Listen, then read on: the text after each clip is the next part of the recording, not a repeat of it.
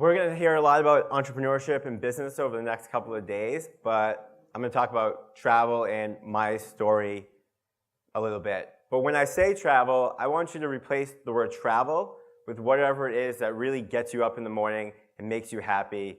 And think about the things that limit you from doing that more. Travel is my love. I've done some great things, like Jason said. I've been traveling since 2006. I've been to a lot of countries, 6 continents. I was a professional poker player in Amsterdam, taught English in Thailand, done lots of great things, which is weird for me because 10 years ago, I can count on one hand the number of places, not countries, that I had been to. Growing up, despite my dad being a hippie backpacker in the 70s and sleeping in fields, we didn't really go anywhere. We visited my grandmother in Florida because growing up, I just assumed all grandmothers lived in Florida. We went to Disney World. I had my Mickey Mouse pictures and got scared on Space Mountain. But that was pretty much it. We didn't really do anything else. My dad doesn't like long flights, still does not.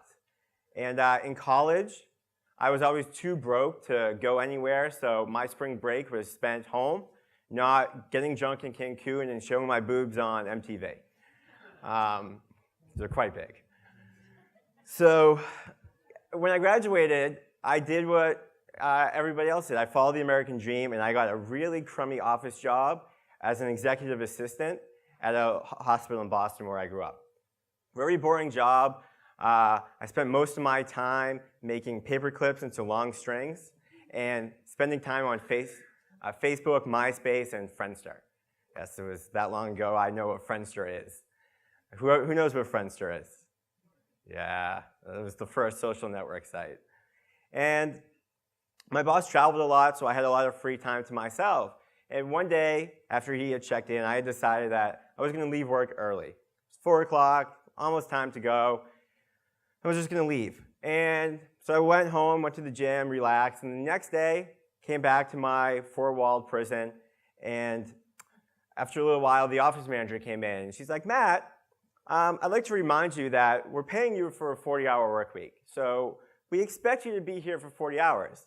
So if you feel the need to go home early, I can find tons of work for you to do. And I was like, okay, sure, I won't do it again. And that sort of moment crystallized the fact that I had a really dead-end, boring job, that there was really not a lot of growth here, but it paid the bills. And I had 2 weeks vacation time, and one day my friend Scott said to me, hey, you want to go to Thailand? And I said, all right, sure, that sounds great. I love pad thai.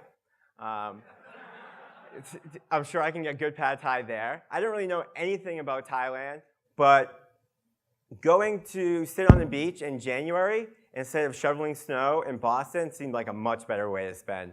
Yes, see? I agree. Who grew up in a cold place? Anyone? Yeah, I don't really do winter anymore after growing up my whole life, my dad saying, here's a shovel, enjoy. You're going to help? Nope, that's what you do. So one day I should have kids just so I can make them do that too. And so I had never really traveled before. I had never done my own trip. And so I had no idea, how do I book a hotel online? Do we book flights ahead of time? How do we get from the beach to the mountains? I had no idea. But I wasn't going to let my fear of that get in the way of having a great vacation. So we went, and one day we were in Chiang Mai. It's this northern city up in the north, of course, famous for temples and the jungles around. And one day Scott says, hey, I'm going to go get a massage. Do you want to come? And I was like, no, I don't think so. And he really did get a massage, not one of those massages. It was a legit massage. I'm going to go see this temple outside the city. It's supposed to have great views of the region. So I get in this shared taxi, and I go up the hill. And in this taxi are 5 backpackers. We get to talking, and they're having a year-long trip. They're doing whatever they want. You know, they're there till the money runs out, wherever they want to go, whatever they want to do. And then there was me. I had flown halfway around the world to use my entire year's vacation in January to avoid the snow. And I thought about it. I thought, it seems so unfair. You know, here are these people in front of me having freedom. They're doing what they want. They're traveling a lot. I want to do that. Why can't I do that? And so I thought about it more and more, and the next week we were on the beaches that Thailand is so famous for, and I turned to my friend Scott and I said, Scott, when we get back, I'm going to go home, I'm going to quit my job, I'm going to finish the MBA I'm doing, and I'm going to go travel the world for a year. And he kind of looked at me and he said, yeah, sure you are. You know, I mean, because not many Americans do this, and he was like, yeah, I don't believe you. That night, I walked into the English language bookstore on the island, and I brought Lonely Planet's Guide to Southeast Asia. Buying that book really made my decision feel more concrete. I spent $5 for this book. There was no turning back. And on the flight home, I devoured that book cover to cover, as well as a ton of free sake on my Japan Airlines flight. And it was great, best flight I ever had. And I got home, and then the reality of this trip set in. I had no idea how to do this. I didn't know anybody that had done it. We had never traveled before. And it seemed like a really kind of stupid idea. I had a great job. I was finishing an MBA. I was tracked to go be a better hospital administrator in a job that actually mattered. I had all these student loans. My parents didn't want me to go. Up until the day I left, my parents would subtly drop hints like, what about this? They'd leave news clippings about disasters around the world and, you know, muggings and, oh, did you hear about this news? They still do that, actually. But when you want something really badly, you find a way to make it happen. And I wasn't going to let my inexperience, my lack of knowledge get in the way. I wasn't going to say I can't. I was going to say, how can I do this? So I researched the heck out of the trip. I used my entire savings, and I went away. 1 year turned into 18 months. And toward the end of that 18 months, I realized I had changed as a person. I had grown. I couldn't go back into a cubicle. I was different. What I wanted out of life was different. And going back into an office made that whole trip seem worthless, because where I had moved forward, life would have been frozen. I would have gone backwards, not forwards. So I did what a lot of you have done. I created a website. I built an online platform so I could create my own freedom and have my own flexibility. I had no desire to be an entrepreneur or a businessman, be up on the stage. I wanted to write. I wanted to inspire people to travel more and write the guidebooks and write for National Geographic and do what others did for me. And I had no idea how to do any of that. But I had some friends teach me HTML, and I was like, HTML what? A href equals, what is this link here? How do I make this thing blue instead of black? You know? And through a series of fortunate events and hard work, my website grew. I got profiled in the New York Times. A lot of people wanted to know, how can you travel on a budget? $50 a day seems impossible. CNN, now I have this book, and now I'm here. And it's all because I wanted to make it happen. A lot of people want to know, how the hell do you run a business and travel at the same time? As entrepreneurs, you know that it takes a lot of work to get something off the ground. I once read that an entrepreneur will work 80 hours a week for themselves to avoid 40 hours a week working for somebody else. I definitely don't work 80 hours a week. I like the beach too much. But unlike Tim back there, I have yet to master the 4-hour work week.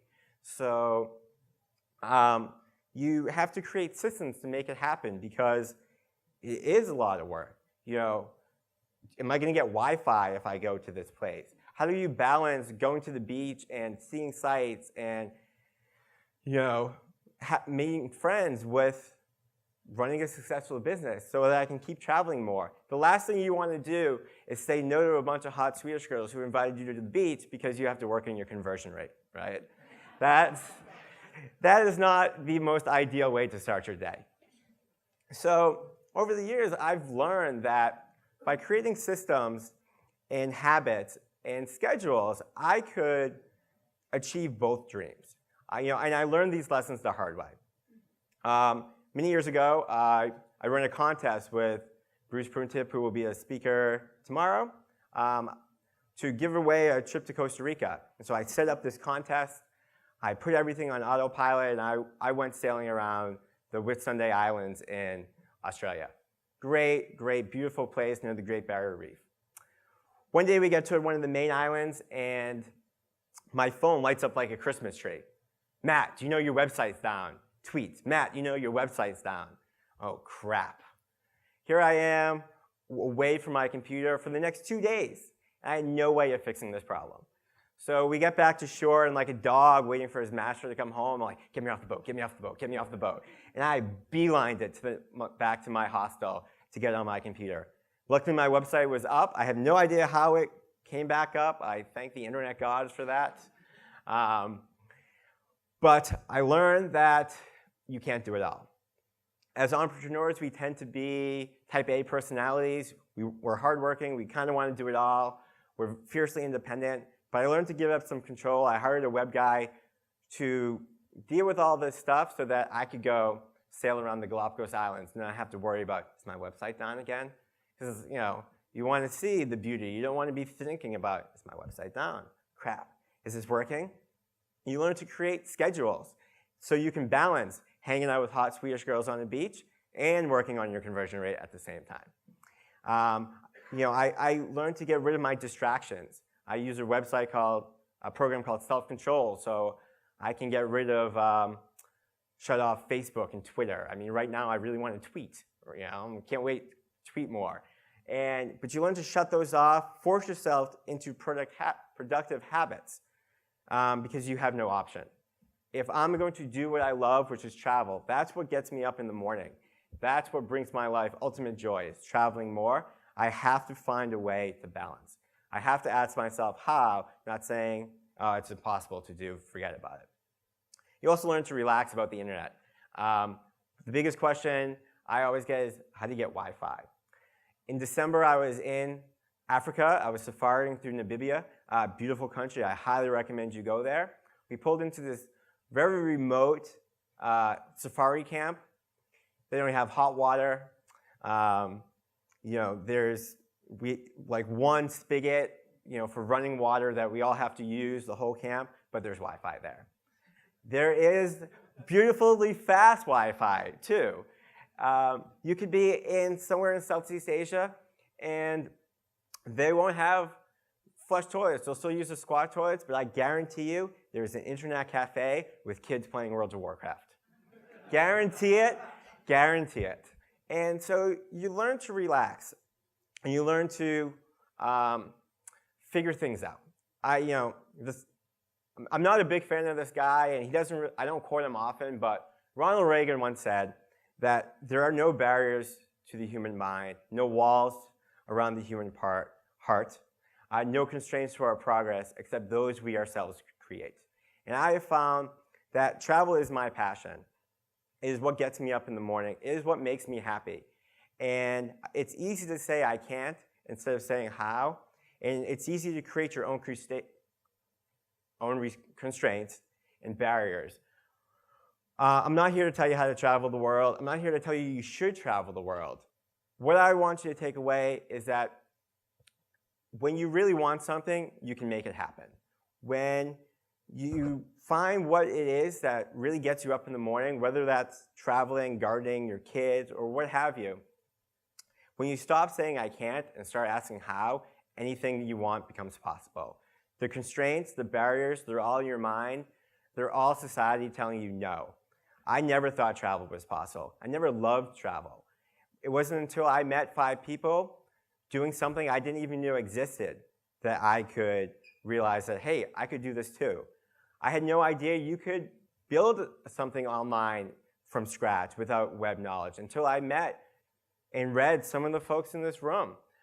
But once I stopped saying I can't and started asking how, I realized any dream I had is possible, and I realized, I know that for you, any dream you want is possible too.